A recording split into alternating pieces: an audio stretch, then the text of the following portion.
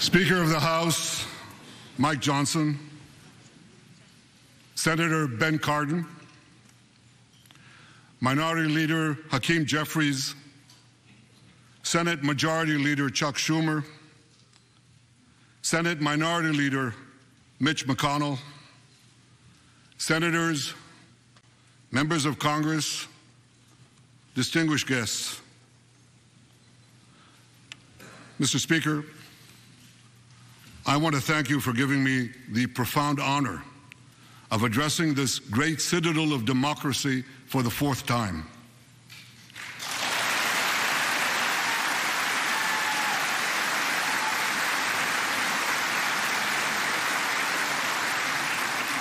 We meet today at a crossroads of history.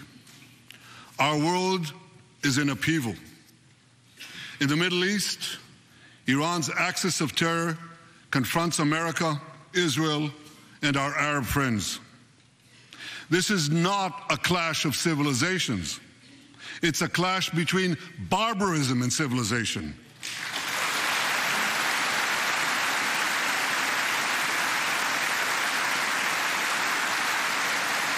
It's a clash between those who glorify death and those who sanctify life.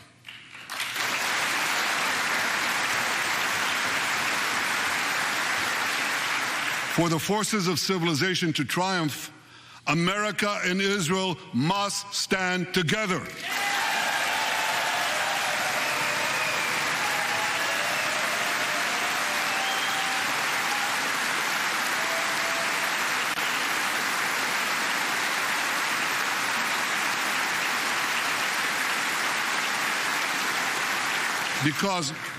Because when we stand together, something very simple happens. We win, they lose.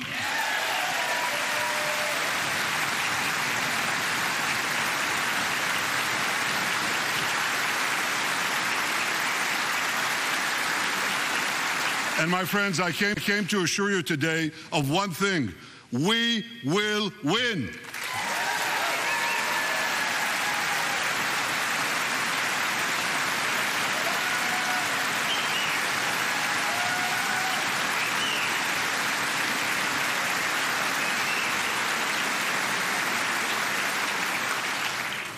Ladies and gentlemen, like December 7th, 1941, and September 11th, 2001, October 7th is a day that will forever live in infamy.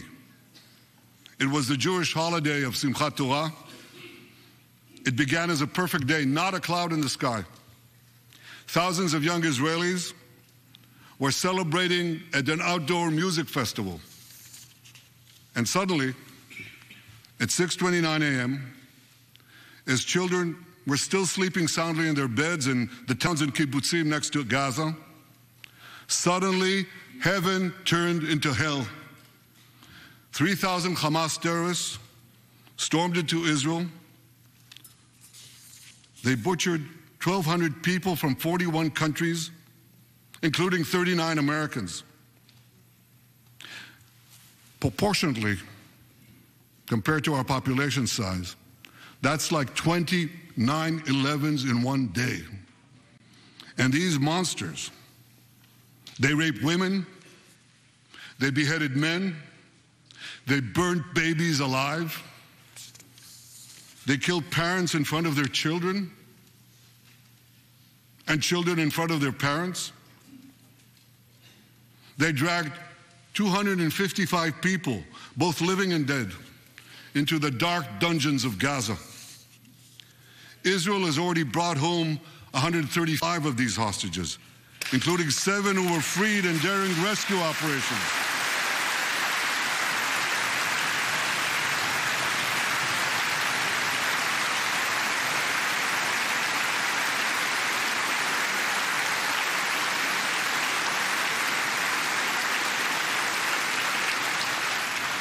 One of those freed hostages, Noor Gamani, is here in the gallery, sitting near my wife, Sarah. On the morning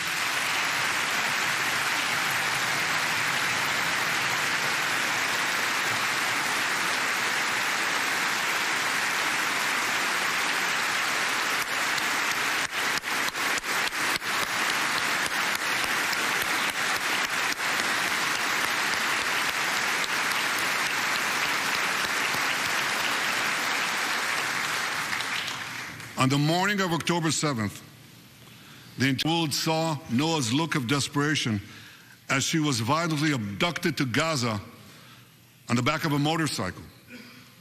I met Noah's mother, Leora, a few months ago. She was dying of cancer. She said to me, "Prime Minister, I have one final wish. I wish to hug my daughter Noah one last time before I die." 2 months ago, I authorized a breathtaking commando rescue operation. Our special forces, including a heroic officer named Arnon's Mora, who fell in this battle, rescued Noah and 3 other hostages.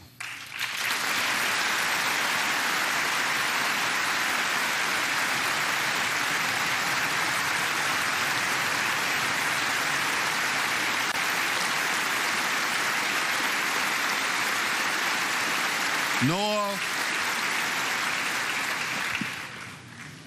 I think it's one of the most moving things.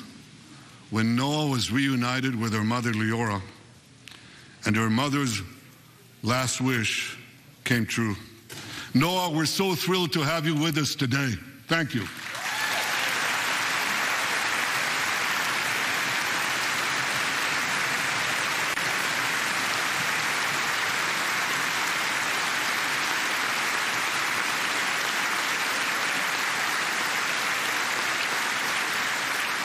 Many hostage families are also here with us today, including Eliyahu Bibas. Eliyahu Bibas is the grandfather of those 2 beautiful red-headed boys, the Bibas boys, toddlers. And they were taken hostage with their mother and and Eliyahu's son. The entire family was taken hostage. 2 beautiful red-haired children taken hostage. What monsters. And with us also is Iris Chaim, whose son Yotam bravely escaped Hamas captivity with 2 other Israelis, and tragically they were killed making their way back to our lines. We have with us also the families of American hostages. They're here.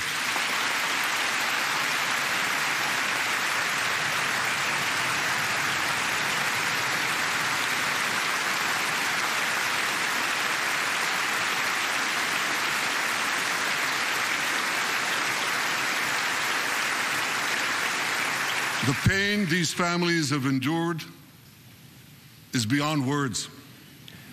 I met with them again yesterday, and I promised them this: I will not rest until all their loved ones are home. All of them.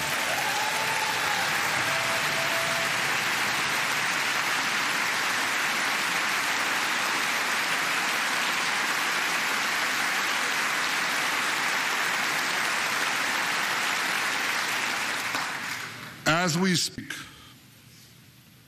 we're actively engaged in intensive efforts to secure their release, and I'm confident that these efforts can succeed. Some of them are taking place right now.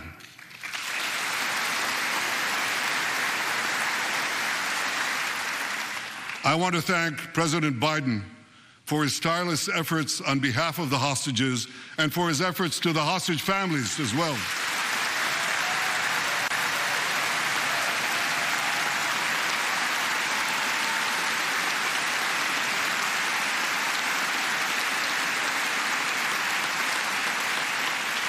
I thank President Biden for his heartfelt support for Israel after the savage attack on October 7th.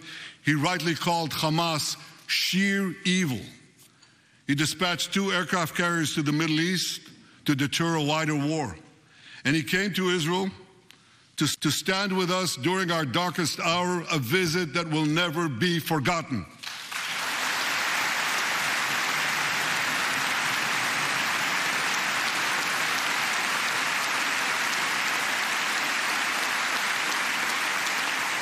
President Biden and I have known each other for over 40 years.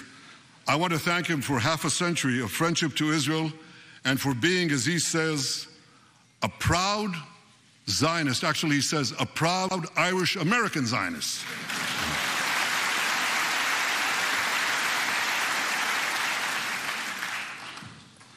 My friends, for more than 9 months, Israel's soldiers have shown boundless courage. With us today,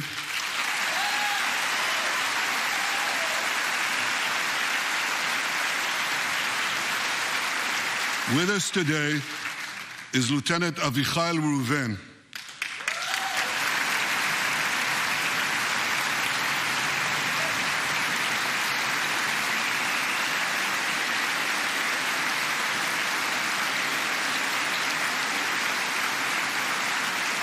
Avichai is an officer in the Israeli paratroopers. His family immigrated to Israel from Ethiopia. In the early hours of October 7th, Avichai heard the news of Hamas's bloody rampage. He put on his uniform, grabbed his rifle, but he didn't have a car. So he ran 8 miles to the front lines of Gaza to defend his people.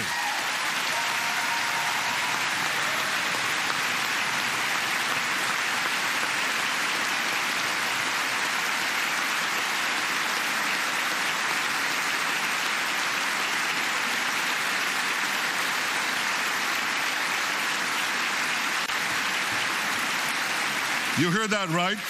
He ran 8 miles, came to the front lines, killed many terrorists, and saved many, many lives. Avichai, we all honor your remarkable heroism. Another Israeli is with us here today, and he's stand up right next to Avichai. This is Master Sergeant Ashraf al-Bakhiri.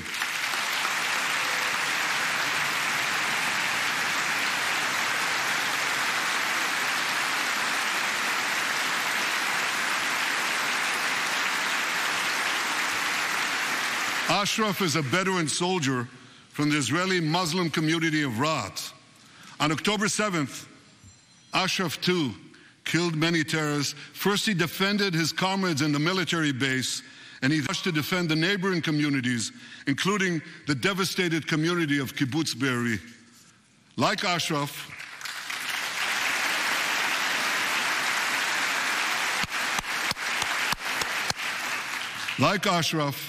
the Muslim soldiers of the IDF fought alongside their Jewish, Druze, Christian, and other comrades in arms with tremendous bravery.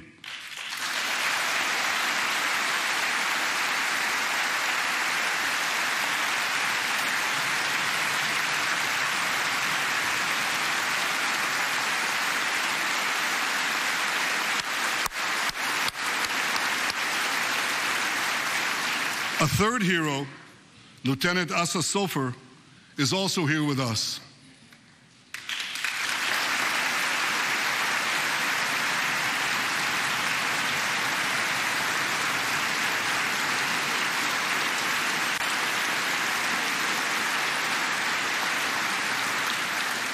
Asa fought as an officer in the Tank Corps, and he was wounded in battle.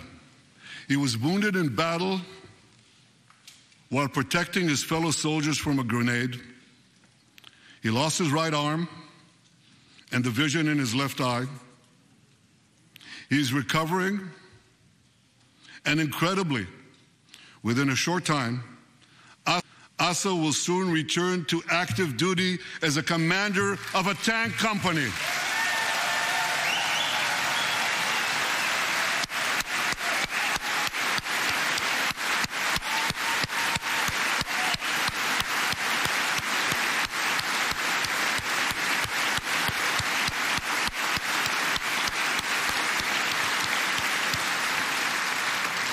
I just learned there is a fourth hero here, Lieutenant Jonathan Ben Chamo, who lost a leg in Gaza and continued to fight.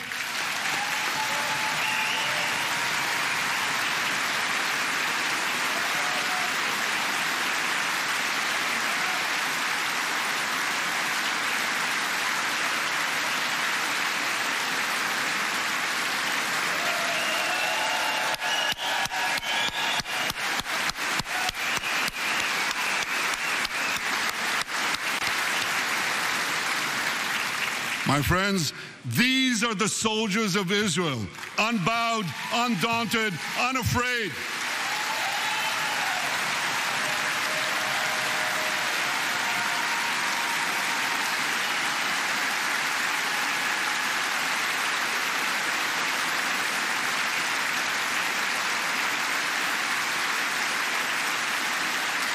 As the Bible says, Am kavi yakum.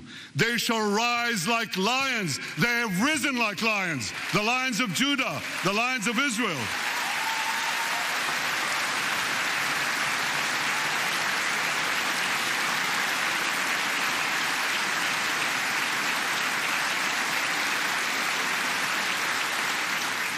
Ladies and gentlemen, the men and women of the IDF come from every corner of Israeli societies, every ethnicity, every color, every creed, left and right, religious and secular.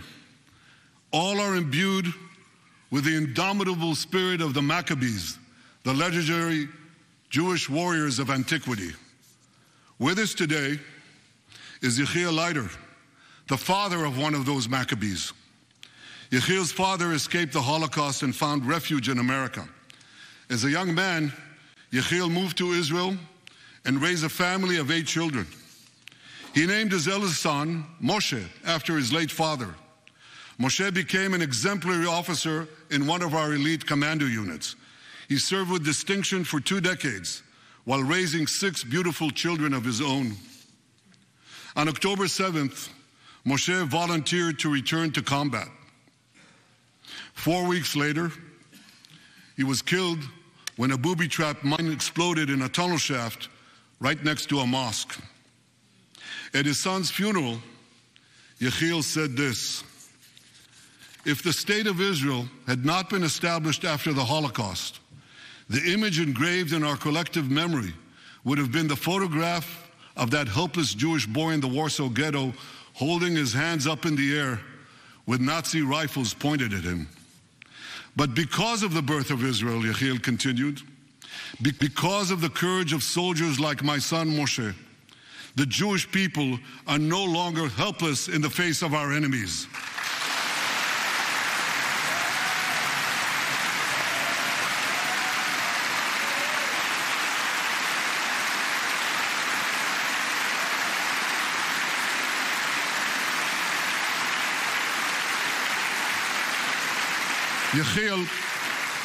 Yechiel, please rise so we can honor your sacrifice. And I pledge to you and to all the bereaved families of Israel, some of whom are in this hall today, the sacrifice of your loved ones will not be in vain.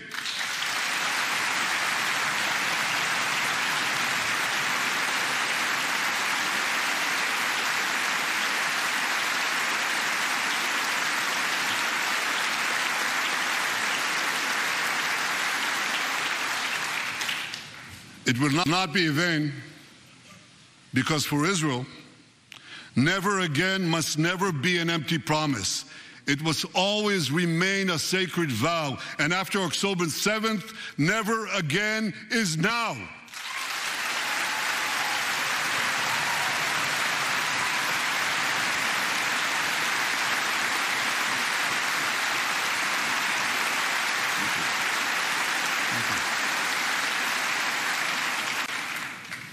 My friends, defeating our brutal enemies requires both courage and clarity. Clarity begins by knowing the difference between good and evil. Yet incredibly, many anti-Israel protesters, many choose to stand with evil. They stand with Hamas. They stand with rapists and murderers. They stand with people who came into the kibbutzim, into a home. The parents hid the children, the 2 babies, in the attic, in a secret attic. They murder the families, the parents. They find the secret latch to the hidden attic, and then they murder the babies.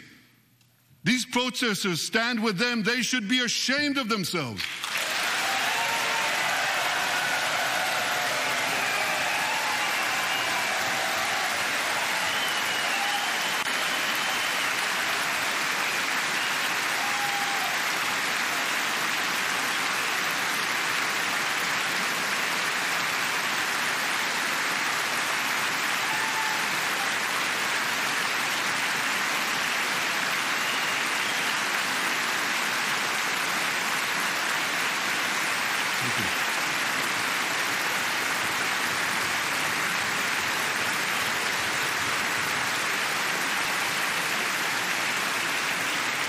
They refuse to make the simple distinction between those who target terrorists and those who target civilians, between the democratic state of Israel and the terrorist thugs of Hamas.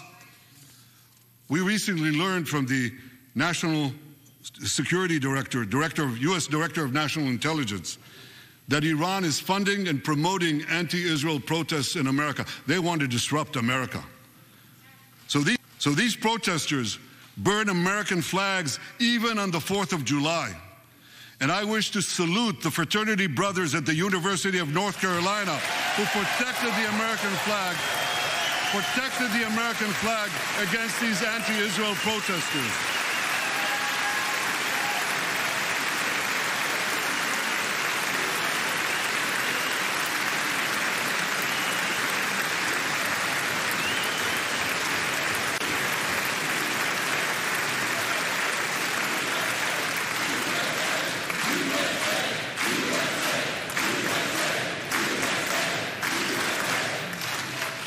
For all we know, Iran is funding the anti-Israel protests that are going on right now outside this building. Not that many, but they're there, and throughout the city. Well, I have a message for these protesters. When the tyrants of Tehran, who hang gays from cranes and murder women for not covering their hair, are praising, promoting, and funding you, you have officially become Iran's useful idiots.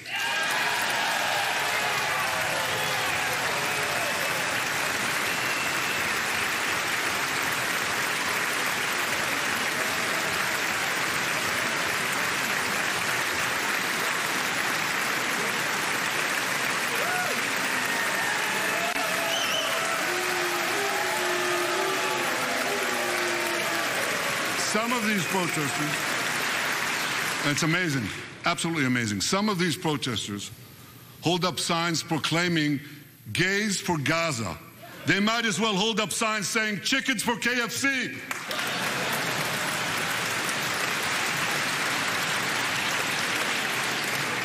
These protesters chant from the river to the sea, but many don't have a clue what river and what sea they're talking about. They not only get an F in geography, they get an F in history. They call Israel a colonialist state.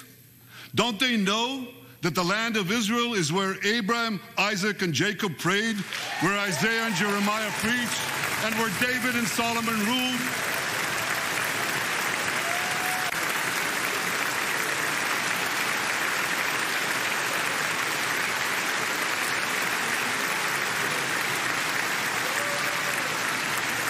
For nearly 4,000 years, the land of Israel has been the homeland of the Jewish people.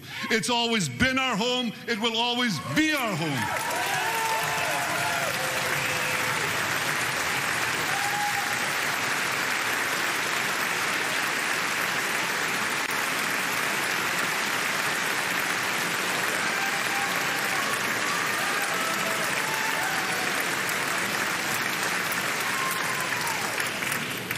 It's not only the campus protesters who get it wrong. It's also the people who run those campuses. 80 years after the Holocaust, the presidents of Harvard, Penn, and I'm ashamed to say my alma mater, MIT, couldn't bring themselves to condemn the calls for the genocide of Jews. You remember what they said? They said, it depends on the context. Well, let me give these befuddled academics a little context.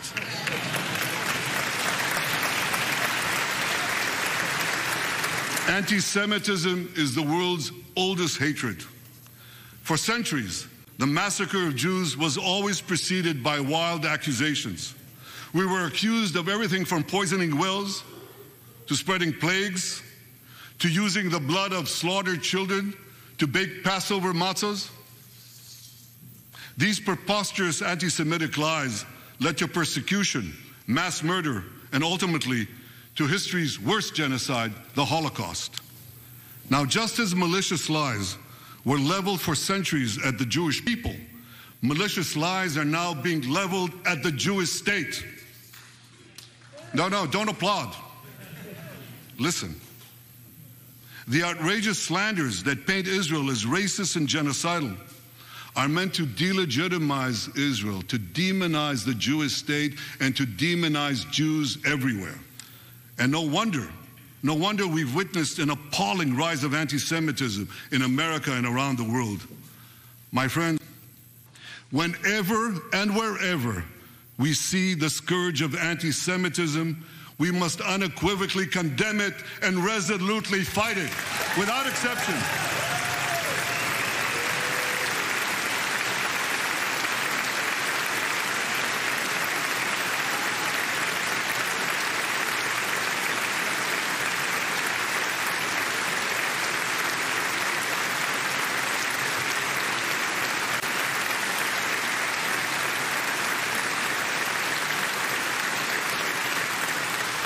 And don't be fooled when the blood libels against the Jewish state come from people who wear fancy silk robes and speak in lofty tones about law and justice. Here's a case in point. The prosecutor of the International Criminal Court has shamefully accused Israel of deliberately starving the people of Gaza. This is utter, complete nonsense. It's a complete fabrication.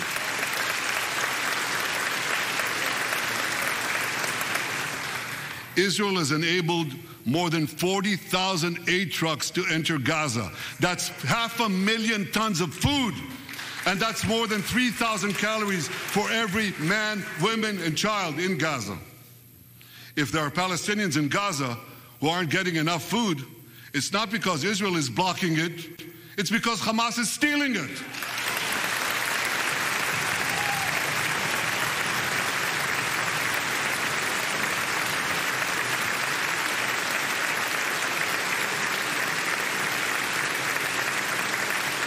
So much for that lie, but here's another. The ICC prosecutor accuses Israel of deliberately targeting civilians. What in God's green earth is he talking about? The IDF has dropped millions of flyers, sent millions of text messages, made hundreds of thousands of phone calls to get Palestinian civilians out of harm's way. But at the same time, Hamas does everything in its power to put Palestinian civilians in harm's way. They fire rockets from schools, from hospitals, from mosques. They even shoot their own people when they try to leave the war zone.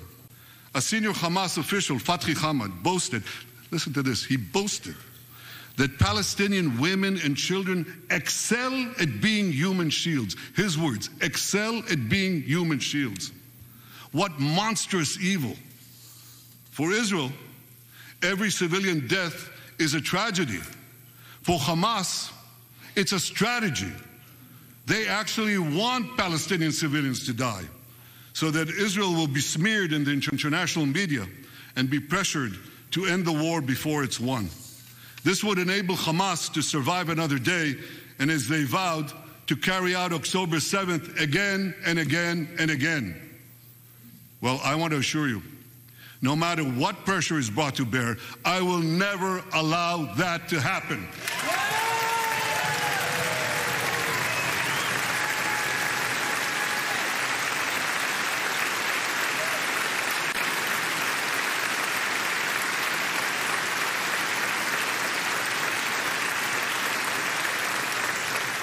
The vast majority of Americans have not fallen for this Hamas propaganda.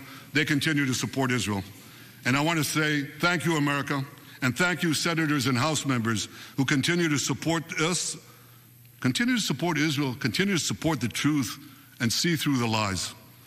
But as for the minority that may have fallen for Hamas's con's job, I suggest you listen to Colonel John Spencer. John Spencer is head of urban warfare studies at West Point. He studied every major urban conflict. I was going to say in modern history.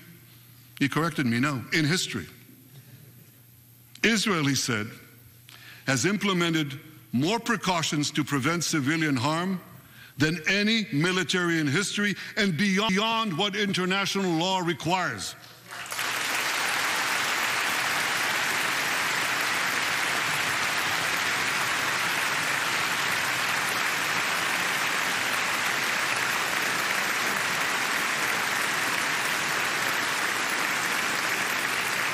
That's why, despite all the lies you've heard, the war in Gaza has one of the lowest ratios of combatants to non-combatants casualties in the history of urban warfare. And you want to know where it's lowest in Gaza? It's lowest in Rafah. In Rafah. Remember what so many people said? If Israel goes into Rafah, there'll be thousands, maybe even tens of thousands of civilians killed. Well, last week, I went into Rafah. I visited our troops as they finished fighting Hamas's remaining terrorist battalions. I asked the commander there, how many terrorists did you take out in Rafah? He gave me an exact number, 1,203. I asked him, how many civilians were killed? He said, Prime Minister, practically none, with the exception of a single incident where shrapnel from a bomb hit a Hamas weapons depot and unintentionally killed 24 people. The answer is practically none. You want to know why? Because Israel got the civilians out of harm's way, something people said we could never do, but we did it.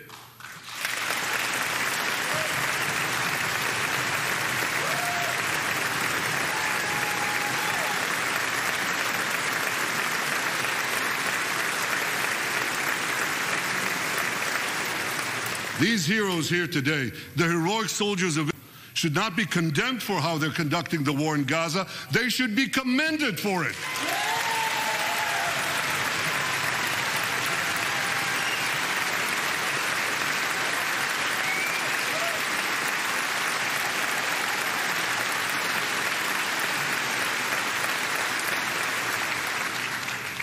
I want to thank all of you here today who forcefully opposed the false accusations of the ICC and stood up for the truth. These lies are not only libelous, they're downright dangerous. The ICC is trying to shackle Israel's hands and prevent us from defending ourselves. And if Israel's hands are tied, America is next. And I'll tell you what else is next. The ability of all democracies to fight terrorism will be imperiled. That's what's on the line. So let me assure you, the hands of the Jewish state will never be shackled. Israel will always defend itself.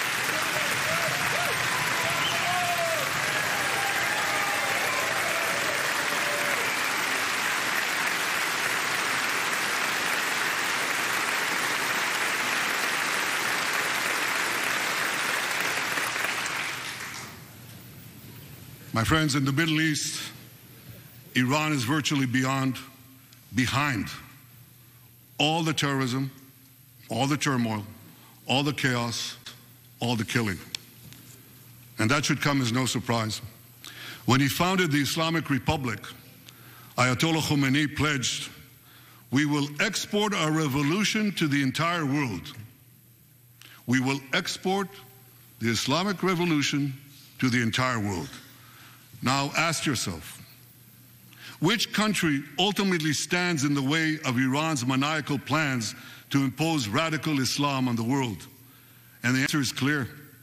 It's America, the guardian of Western civilization and the world's greatest power.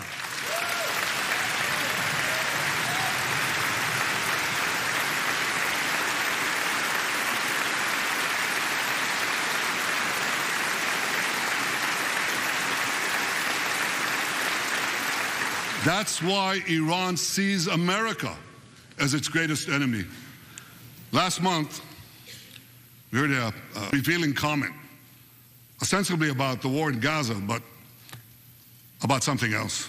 It came from the foreign minister of Iran's proxy, Hezbollah, and he said this: "This is not a war with Israel. Israel," he said, "is merely a tool. The main war, the real war, is with America." Iran's regime has been fighting America from the moment it came to power. In 1979, it stormed the American embassy.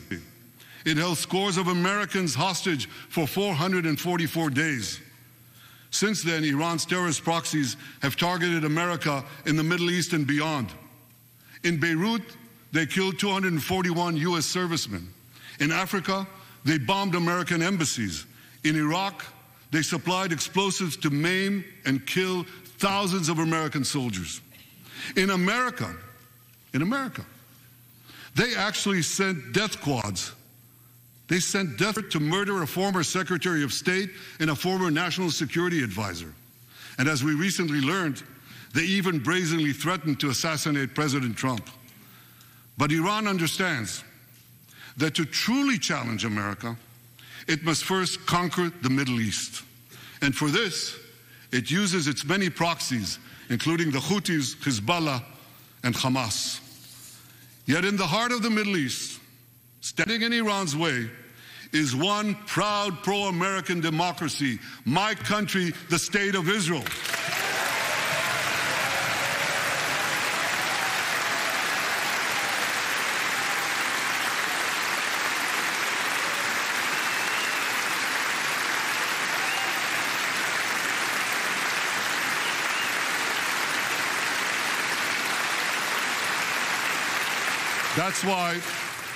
That's why mobs in Tehran chant death to Israel before they chant death to America. For Iran, Israel is first, America is next.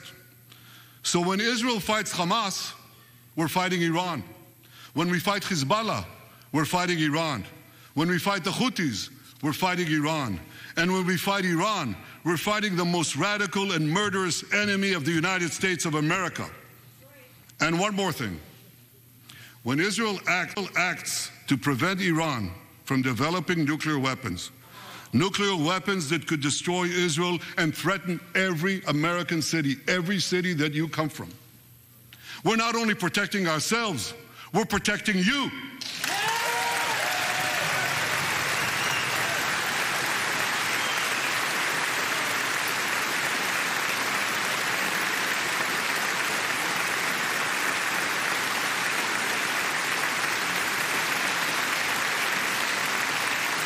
My friends, if you remember one thing from the speech, remember this. Our enemies are your enemies. Our fight is your fight. And our victory will be your victory.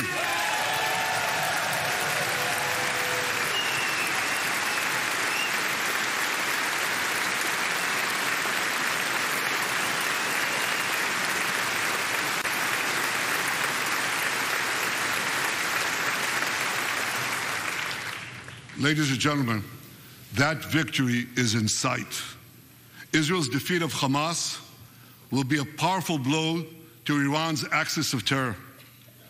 Another part of that axis, Hezbollah, attacked Israel on October 8th, a day after the Hamas attack. It has launched thousands of missiles and drones against us.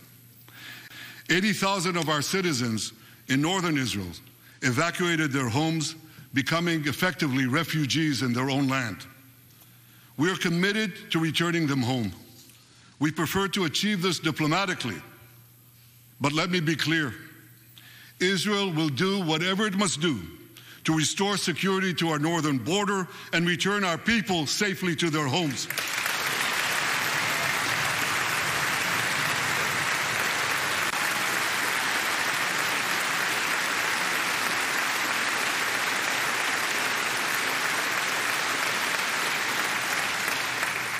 Last Friday, a third Iranian proxy, the Houthis, attacked Tel Aviv with a deadly drone.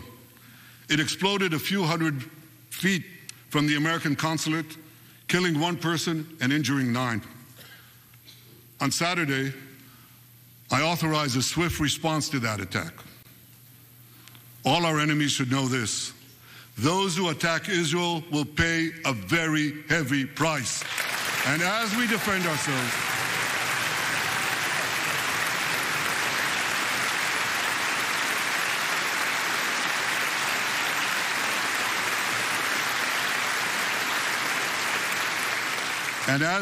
ourselves, on all fronts, I know that America has our back, and I thank you for it.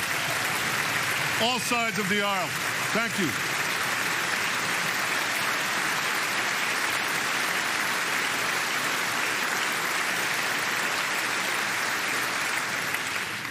My friends, for decades, America has provided Israel with generous military assistance, and a grateful Israel has provided America with critical intelligence that saved many lives. We've jointly developed some of the most sophisticated weapons on earth. I choose my words carefully. We've jointly developed some of the most sophisticated weapons on earth that help protect both our countries. And we also help keep American boots. We help keep Americans' boots off the ground while protecting our shared interests in the Middle East.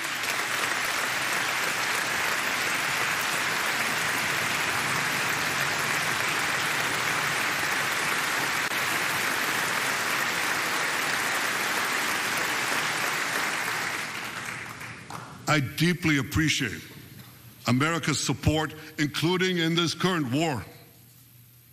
But this is an exceptional moment. Fast-tracking U.S. military aid can dramatically expedite an end to the war in Gaza and help prevent a broader war in the Middle East.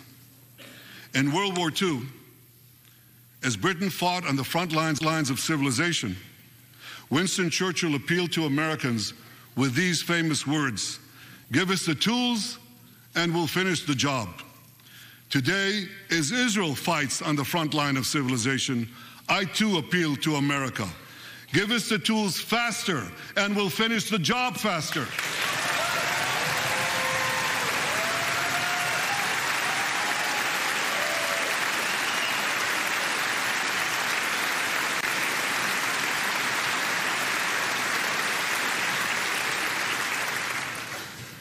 My dear friends, the war in Gaza could end tomorrow if Hamas surrenders, disarms, and returns all the hostages.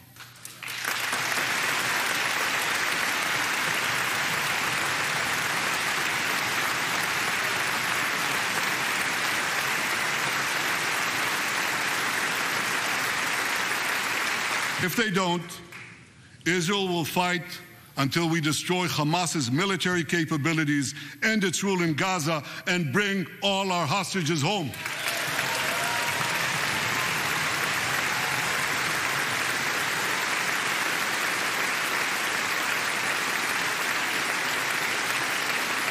That's what total victory means, and we will settle for nothing less.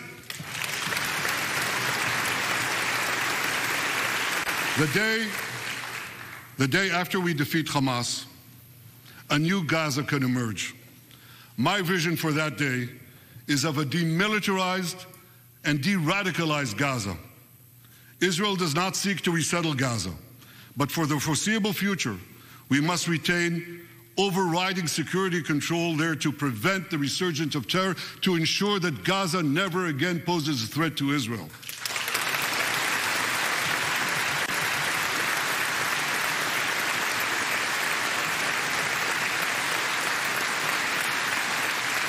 Gaza should have a civilian administration run by Palestinians who do not seek to destroy Israel. That's not too much to ask. It's a fundamental thing that we have a right to demand and to receive.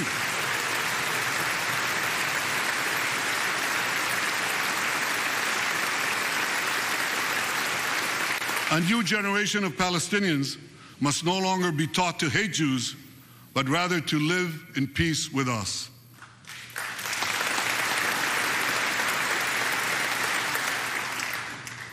Those twin words, demilitarization and de-radicalization, those two concepts were applied to Germany and Japan after World War II, and that led to decades of peace, prosperity, and security. Following our victory, with the help of regional partners, the demilitarization and de-radicalization of Gaza can also lead to a future of security, prosperity, and peace. That's my vision for Gaza.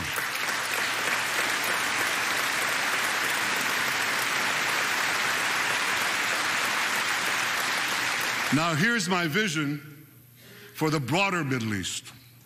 It's also shaped in part by what we saw in the aftermath of World War II. After that war, America forged a security alliance in Europe to counter the growing Soviet threat. Likewise, America and Israel today can forge a security alliance in the Middle East to counter the growing Iranian threat. All countries that are at peace with Israel and all those countries who will make peace with Israel should be invited to join this alliance. We saw a glimpse of that potential alliance on April 14th. Led by the United States, more than half a dozen nations worked alongside Israel to help neutralize hundreds of missiles and drones launched by Iran against us. Thank you, President Biden, for bringing that coalition together.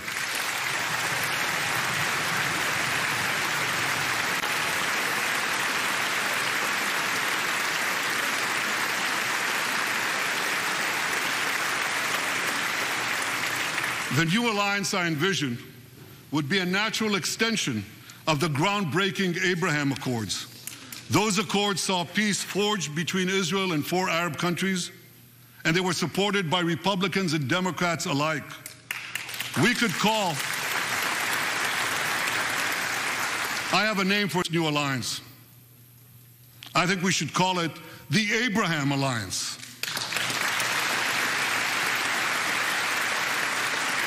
I want to thank President Trump for his leadership in brokering the historic Abraham Accords.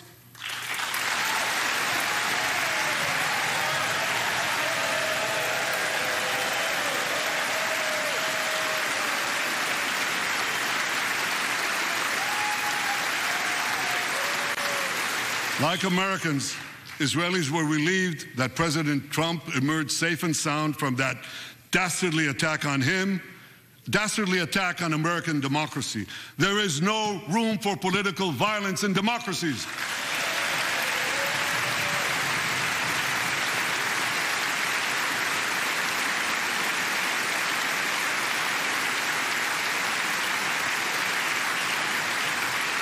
I also want to thank President Trump for all the things he did for Israel, from recognizing Israel's sovereignty over the Golan Heights, to confronting Iran's aggression, to recognizing Jerusalem as our capital and moving the American embassy there.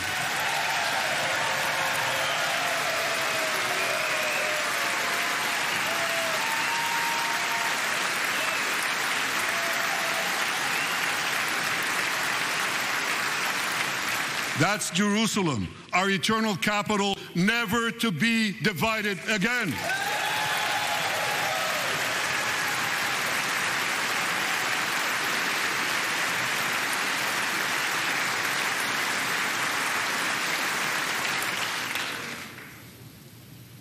My dear friends, Democrats and Republicans, despite these times of upheaval, I'm hopeful about the future. I'm hopeful about Israel because my people, the Jewish people, emerged from the depths of hell, from dispossession and genocide. And against all odds, we restored our sovereignty in our ancient homeland. We built a powerful and vibrant democracy, a democracy that pushes the boundaries of innovation for the betterment of all humanity. I'm hopeful about America because I'm hopeful about Americans. I know how much the people of this country have sacrificed to defend freedom. America will continue to be a force for light and good in a dark and dangerous world. For free peoples everywhere, America remains the beacon of liberty its extraordinary founders envisioned back in 1776.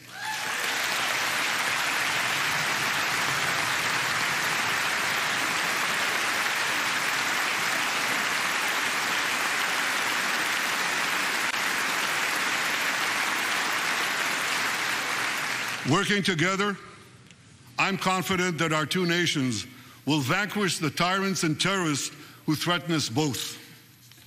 As Israel's Prime Minister, I promise you this: no matter how long it takes, no matter how difficult the road ahead, Israel will not relent. Israel will not bend.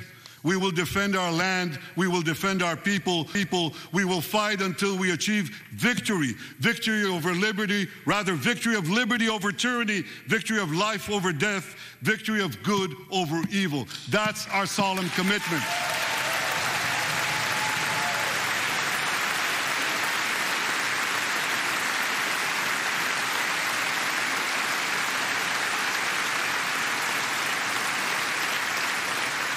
And we will continue to work with the United States and our Arab partners to transform a troubled region from a backwater of repression, poverty, and war into a thriving oasis of dignity, prosperity, and peace.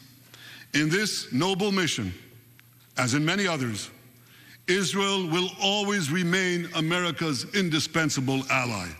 Through thick and thin,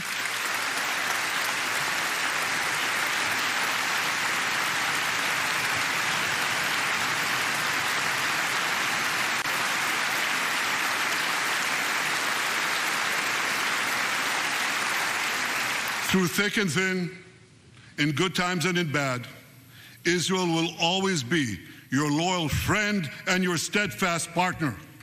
On behalf of the people of Israel, I came here today to say thank you, America.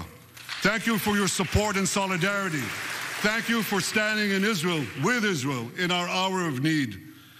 Together we shall defend our common civilization. Together we shall secure a brilliant future for both our nations.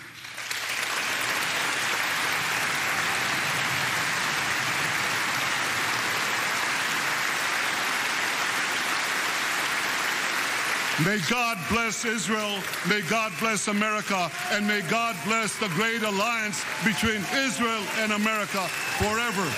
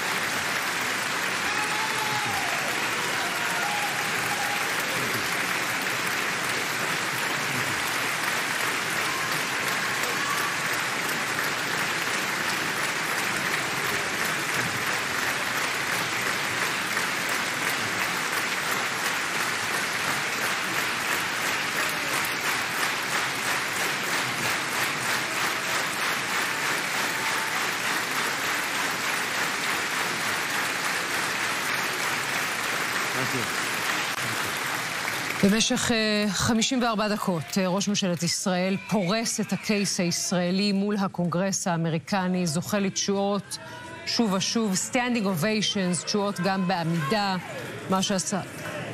מה שעשה חמאס לישראל ב7 באוקטובר, מהדהד שם בקונגרס, ונתניהו הוא דובר רהוט ביותר של הקייס הישראלי הזה. אנחנו שומעים קריאות עם ישראל חי מתוך הקונגרס.